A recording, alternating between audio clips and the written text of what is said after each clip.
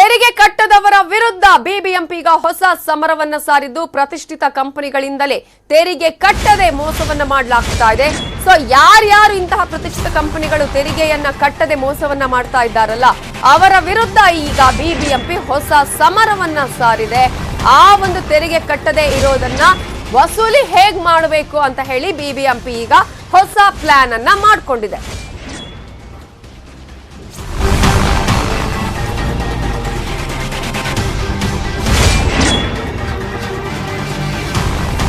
ಬಿಬಿಎಂಪಿಯ ಹೊಸ ಪ್ಲಾನ್ ಏನು ಅಂತ ನೋಡೋದಾದ್ರೆ ಇಲ್ಲಿವರೆಗೂ ಕೂಡ ತಮಟೆ ಬಾರಿಸೋದು, ಬೀಗ ಜಡಿಯೋದು, ನೋಟಿಸ್ ಕೊಡೋದು ಈ ತರದೆಲ್ಲವೂ ಕೂಡ ಇತ್ತು. ತೆರಿಗೆ ಕೇಳುವಂತಹದ್ದೆಲ್ಲ ಪ್ರಯತ್ನಗಳನ್ನ ಬಿಬಿಎಂಪಿ ಮಾಡ್ತಾ ಇತ್ತು.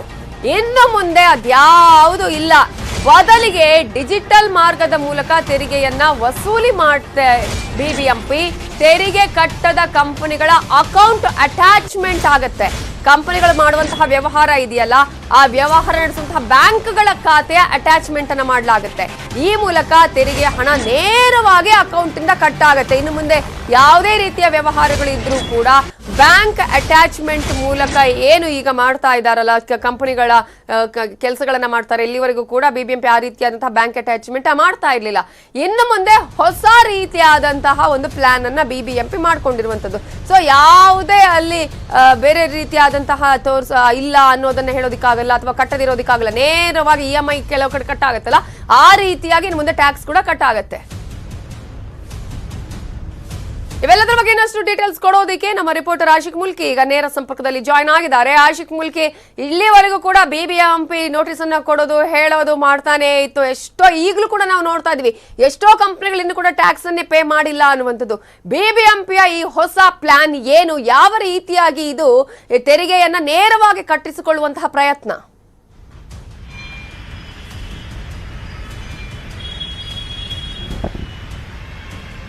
ಹೌದು ನವಿತಾ, ಅಂದ್ರೆ ಮಾತಿಗೆ ಬಗ್ಗದವನಿಗೆ ದೊಣ್ಣೆ ಏಟು ಅನ್ನುವಂತ ಏನ್ ಗಾದೆ ಇದೆ, ಅದನ್ನ ಪ್ರಯೋಗ ಮಾಡೋದಕ್ಕೆ ಇದೀಗ ಬಿಬಿಎಂಪಿ ಮುಂದಾಗ್ತಾ ಇರುವಂತದ್ದು.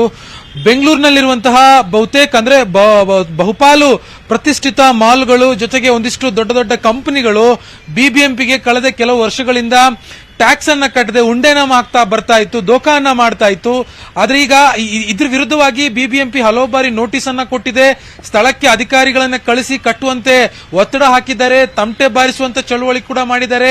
ಜೊತೆಗೆ ಕೆಲವೊಂದಿಷ್ಟು ಮಾಲ್ಗಳಿಗೆ, ಕಂಪನಿಗಳಿಗೆ ಬೀಗವನ್ನು ಜಡಿದಿರುವುದು ಕೂಡ ಬಿಬಿಎಂಪಿ ಈಗಾಗಲೇ ಮಾಡಾಗಿದೆ. ಇದಕ್ಕೂ ಕೂಡ ಬಗ್ಗದೇ ಇರುವಂತಹ ಒಂದಿಷ್ಟು ಕಂಪನಿಗಳಿಗೆ ನೇರವಾಗಿ ಅವರ ಬ್ಯಾಂಕ್ ಅಕೌಂಟ್ ಯಾವೆಲ್ಲ ವ್ಯವಹಾರ ನಡೆಯುತ್ತೋ ಆ ಬ್ಯಾಂಕ್ ಅಕೌಂಟ್ಗೆ ಕೈ ಹಾಕೋದಕ್ಕೆ ಬಿಬಿಎಂಪಿ ಮುಂದಾಗ್ತಾ ಇರುವಂತದ್ದು.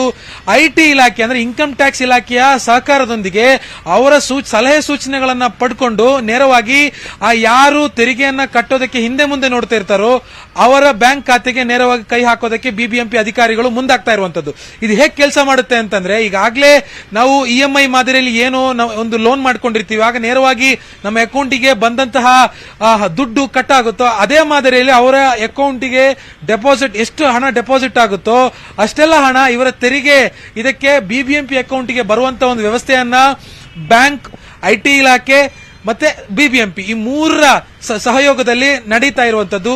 ಈಗ ಮುಂದೆ ಬಂದು ದೊಡ್ಡ ದೊಡ್ಡ ಕಂಪನಿಗಳು, ಪ್ರತಿಷ್ಠಿತ ಮಾಲ್ಗಳು ಕಟ್ಟದೆ ಹೋದ್ರೆ ಈಗ ಒಂದು ಅಂದ್ರೆ ಇಂಟ್ರೆಸ್ಟ್ ಅಲ್ಲಿ ಅಂದ್ರೆ ಬಡ್ಡಿಯಲ್ಲಿ ಒಂದಿಷ್ಟು ಅವರಿಗೆ ಡಿಕ್ರೀಸ್ ಆಗಬಹುದು. ಒಂದ್ ವೇಳೆ ಅಕೌಂಟ್ ಅಟ್ಯಾಚ್ಮೆಂಟ್ ಆದ್ರೆ ಬಡ್ಡಿ ಸಮೇತವಾಗಿ ವಸೂಲಿ ಮಾಡೋದಕ್ಕೆ ಬಿಬಿಎಂಪಿ ಚಿಂತನೆಯನ್ನ ಮಾಡ್ತಾ ಇರುವಂತದ್ದು. ಈಗಾಗಲೇ ಬೆಂಗಳೂರ ನಗರದಲ್ಲಿ ಮಾತ್ರ ಕಂಪನಿಗಳು, ಪ್ರತಿಷ್ಠಿತ ಮಾಲ್ಗಳು, ಕೆಲವೊಂದಿಷ್ಟು ಹಾಸ್ಪಿಟಲ್ಗಳು ಎಲ್ಲ ಸೇರಿ ಸುಮಾರು 1,000 ಕೋಟಿಗೂ ಅಧಿಕ ದುಡ್ಡು ಅಂದ್ರೆ ತೆರಿಗೆ ಬಾಕಿ ಉಳಿಸಿಕೊಂಡಿರುವಂತದ್ದು. ಈ ದುಡ್ಡನ್ನ ಮತ್ತೆ ವಾಪಸ್ ಪಡೆಯೋದಕ್ಕೆ ಬಿಬಿಎಂಪಿ ಒಂದು ಸಿದ್ಧತೆಯನ್ನ ಮಾಡಿಕೊಂಡು ಅಕೌಂಟ್ ಅಟ್ಯಾಚ್ಮೆಂಟ್ಗೆ ಮುಂದಾಗಿರುವಂತದ್ದು. ನವಿತಾ, ಹಾಗೆ ಸಂಪರ್ಕದಲ್ಲಿ ಆಶಿಕ್ ಮುಲ್ಕಿ. ಇನ್ನು ಇದ್ದು ಇಲ್ಲದಂತಿದೆ ಆಸ್ತಿ ಪಾಸ್ತಿ ಕಾಪಾಡ